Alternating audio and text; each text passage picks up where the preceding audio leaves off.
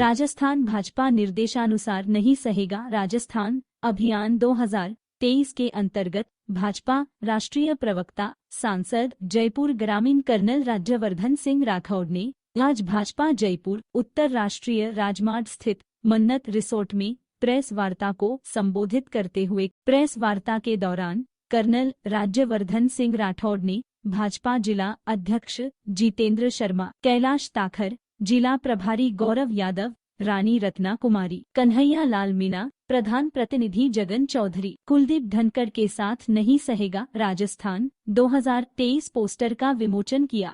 सबसे पहले तो जब कांग्रेस सरकार थी तो उस समय ये LBS कॉलेज भी था, उस समय BDM अस्पताल भी था, उस समय ये सब्जी मंडी भी थी, उस समय शाहपुरा भी था। लेकिन इन्होंने न जाने कैसी योजना बनाई कि इतने बड़े बड़े महत्वपूर्ण जो स्थान है उधर फ्लाईओवर नहीं बनाए। और तो और 2012 तक ये राष्ट्रीय राजमार्ग बनकर तैयार हो जाना चाहिए था। मैं आपको अंदर की बात बताऊं तो 2014 में जब हमारी सरकार आई तब तक 19 फ्लाईओवर बनने बाकी थे जो इनकी योजना में थे। नहीं, जो पुराने इनकी योजना में थे ऐसे 19 फ्लाईओवर बनने बाकी थे। कोई भी कंपनी इस राष्ट्रीय राजमार्ग पे काम करने के लिए राजी नहीं थी, तैयार नहीं थी। उन्होंने बोला देश में कोई भी सड़क दे दो, इसको हम हाथ नहीं लगाएंगे, क्योंकि इतनी पेचीदगी में इसको फंसा दिया था इससे पुरानी वाली कंपनी ने। किसी तरह हाथ पकड़कर, क्योंकि इसको कोर्ट में ले जाते तो जनता का नुकसान हो जाता, लंबा स्टे लग जाता, तो हाथ पकड़ के केंद्र सरकार ने, मैं प्रधानमंत्री मोदी जी को और गडकरी जी को इस बात के लिए धन्यवाद देता हूं कि निकम्मी कंपनी के बावजूद जिसको ठेका दिया हुआ था हाथ पकड़कर काम कराया। 2019 तक आते आते 19 फ्लाईओवर जो थे वो पूरे बनकर तैयार हो गए। जब ये ठेका खत्म हुआ, इसमें कॉन्ट्रैक्ट में ये था लिखा हुआ कि जब तक ये ठेका खत्म नहीं होगा, जब तक कोई नया काम नहीं हो सकता इस रास्ते पर। ये बहुत जरूरी बात है। आज 4 नए फ्लाईओवर बन रहे हैं, कम से कम कांग्रेस सरकार उसको तो बनने दे। आज तो जनता के हित में काम हो रहा है, इसमें कोई संदेह की बात नहीं है कि बारिश इतनी हो रही है और उस कारण वहां पे ट्रैफिक जैम हो रहा है, इसमें कोई संदेह की बात नहीं है। लेकिन उसके लिए बाईपास कौन निकालेगा? विपक्ष आके निकालेगा तो हमें सत्ता दे दो, हम बना लेंगे बाईपास। वहां पर जो सत्ता में है उसी की जिम्मेदारी है रास्ता वहां से निकालना, बाईपास निकालना, ट्रैफिक मैनेजमेंट करना। अगर ट्रैफिक मैनेजमेंट बाईपास वगैरह नहीं बना सकते तो ये इनका एक और फेल कार्ड है, जैसे अनेकों फेल कार्ड हैं। प्रधानमंत्री मोदी जी की ताकत आप देखिए कि ऐसे लोग जो एक दूसरे की शक्ल देखना पसंद नहीं करते थे, जिनकी विचारधारा बिल्कुल अलग है, जो एक दूसरे को कोसते थे, गालियां देते थे, और जिनके नाम आपराधिक मामलों के अंदर भ्रष्टाचार, आपराधिक तो ना कहूं मैं, भ्रष्टाचार के अंदर जिनके नाम सबसे ज्यादा है, वो आज एक छत के नीचे मिल जाएंगे। ढूंढना आसान है, पहले अलग अलग छोर में इनको ढूंढना पड़ता था, आज एक ही छत के नीचे सारे भ्रष्टाचारी आपको मिल जाएंगे, अलग अलग विचारधारा के। ये जो नज़दीक आए हैं, एक साथ आए हैं, इनका एक ही लक्ष्य है और वो है अपना अस्तित्व बचा के रखना। ये जितनी भी पार्टियां हैं उन सब में आप देखेंगे कि उनके बच्चे को आगे बढ़ाने का उनका लक्ष्य बहुत बड़ा है। ये सब परिवारवादी पार्टियां हैं, अपने बच्चों को अपने संरक्षण के लिए, अपने अस्तित्व के लिए नज़दीक आई हैं। इनको बिखरते ज़्यादा देर नहीं लगेगी। पोस्टर में किसका बड़ा चेहरा आएगा वहीं से बिखराव शुरू हो जाएगा। चुनाव आते आते तो बहुत दूर की बात है। इंडिया को पहले लूटा, इंडिया को पहले बदनाम करा, और अब जब सत्ता में नहीं है तो भी इंडिया को बदनाम करने में लगे हुए हैं कि अपना नामकरण ही भारत से जोड़ने। भारत की ब्रांड वैल्यू इतनी ज़्यादा हो गई है, प्रधानमंत्री मोदी जी ने जो भारत की ब्रांड वैल्यू बढ़ा दी है, ये कहीं ना कहीं उससे भी अपना लाभ उठाना चाहते हैं। और मैं आपको एक बात और याद दिलाना चाहता हूँ, अगर आपको ये इतिहास उठा के देखेंगे तो वहाँ पर कांग्रेस के एक सीनियर मंत्री ने उस समय कहा था कि भारत ही इंदिरा ही भारत है और भारत इंदिरा है। आज इन्होंने वो फिर से साबित करने की कोशिश करी कि इंडिया वो नहीं जो ग्रामीण क्षेत्र में रहता है, यही इंडिया है और इंडिया इनसे है। ये इनकी गलतफहमी है जो जनता बहुत जल्द दूर।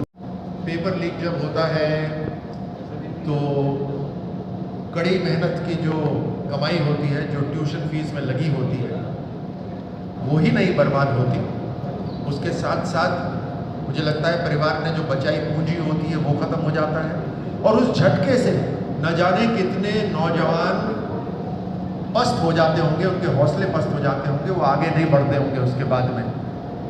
हो सकता है कईयों ने अपनी जो ज़मीन है वो बेची हो बच्चों को पढ़ाने के लिए, वो ज़मीन भी चली गई, पैसा भी चला गया और इम्तिहान भी नहीं हुआ। तो ये पेपर लीक के मामले में कई जीवन नष्ट हुए। 16 पेपर लीक होने के बाद जो अब ये बिल बनाने की जो कोशिश कर रहे हैं, ये अपने अपराधों को ढकने की कोशिश है। जैसे 4-4.5 साल खत्म होने के बाद में इनको अब याद आ रहा है कि हमें भी जनता के सिलेंडर्स में कुछ माफ़ी देनी चाहिए, कुछ ढील देनी चाहिए। ये 4.5 साल पहले भी शुरू कर सकते थे जब प्रधानमंत्री मोदी जी ने उज्ज्वला योजना शुरू करी, लेकिन इन्होंने तब नहीं करा।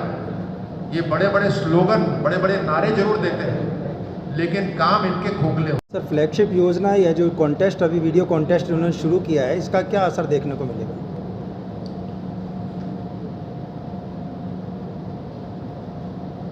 ये जो कंपनियां होती हैं, जो कमर्शियल कंपनियां होती हैं, वो जिस तरह से कभी कभी अपने कोई कॉन्टेस्ट चलाती है, राजस्थान की इतनी गंभीर सरकार जब इस तरह के काम करती है तो वो बचपना दिखता है। पोस्टरबाजी पे जितने इन्होंने पैसे खर्च करे, जितने उन्होंने विज्ञापनों पे पैसे खर्च करे कि पर्दा अब हटेगा तब हटेगा, और जब हटा तो उसके अंदर निकला एक इस तरह का नाटक जिसके अंदर ये कभी कभी अपने चहेतों को पैसा पहुंचाएंगे। ये एक नाटक ही है और ये खिलवाड़ है। ये सरकार की जो जिम्मेदारी होती है, जो गंभीरता होती है, उस गंभीरता को नहीं समझ पाए। अफसोस कि इसके अंदर गहलोत साहब भी शामिल हैं। नहीं सहेगा राजस्थान जैसा कि टाइटल है पीछे, जीरो टॉलरेंस को लेकर क्या कहें? भारतीय जनता पार्टी की अपराधों के अंदर, भ्रष्टाचार के अंदर हमेशा जीरो टॉलरेंस रही है, और विकास को लेकर हम रिपोर्ट कार्ड वाली राजनीति करते हैं, परिवारवाद वाली राजनीति नहीं करते। इसको हमने करके दिखाया है। जो आज व्यक्ति जो देश की लीडरशिप रोल में है, प्रधानमंत्री मोदी जी, वो 20 साल से तो उन्होंने अपने प्रदेश के अंदर करके दिखाया और 9 साल से उन्होंने देश के अंदर करके दिखाया। ये नई राजनीति के कायल है पूरे का पूरा हिंदुस्तान, और इसीलिए जो आज भ्रष्टाचार हो रहा है, राजस्थान के अंदर अपराध हो रहा है, वो राजस्थान के इतिहास से बिल्कुल हटकर है, और इसीलिए राजस्थान की जनता इसे नहीं सहेगी। पूरी तरह से ये बात सच है, क्योंकि ये केवल कुर्सी बचाओ योजना अपनी चला रहे हैं। कुर्सी बचाना इनका लक्ष्य है, इनका केवल एक ही उद्देश्य है, सत्ता में बने रहना हर हाल में, हर हालत में। और इसीलिए उन्होंने हर विधायक को पूरी खुली छूट दे रखी है, प्रशासन में किसको लगाना है, पुलिस वाले को किसको लगाना है, और उनका एक ही लक्ष्य हो गया है, अलग अलग तरह से लूट करना। तो उनकी शिकायत सुनना तो बहुत दूर की बात है जब तक वो कुर्सी बचाए हुए हैं। ये बात बिल्कुल सही है, और ये पूरे के पूरे राजस्थान के अंदर जिस व्यक्ति से हम बात करते हैं, जिस पत्रकार से हम बात करते हैं, वहाँ से यही बात निकल कर आती है। तो राजस्थान के अंदर MLAs जो हैं कांग्रेस के, उन्होंने खुली लूट मचा रखी है। लेकिन मैं आपको आश्वस्त करता हूँ कि चाहे पानी का घोटाला हो, चाहे पेपर लीक का घोटाला हो, चाहे अपराध हो, चाहे अलगाववाद हो, चाहे व्यक्तिगत जल जीवन मिशन के अंदर जिन्होंने घोटाले करे हो, अगले 5 साल के अंदर जब इन सब का समाधान हम कहते हैं भारतीय जनता पार्टी होगी, तो इस पे पूरी की पूरी तहकीकात होगी, और जो गुनहगार है उसको हर तरह से सजा और सलाखों के पीछे डाला जाएगा।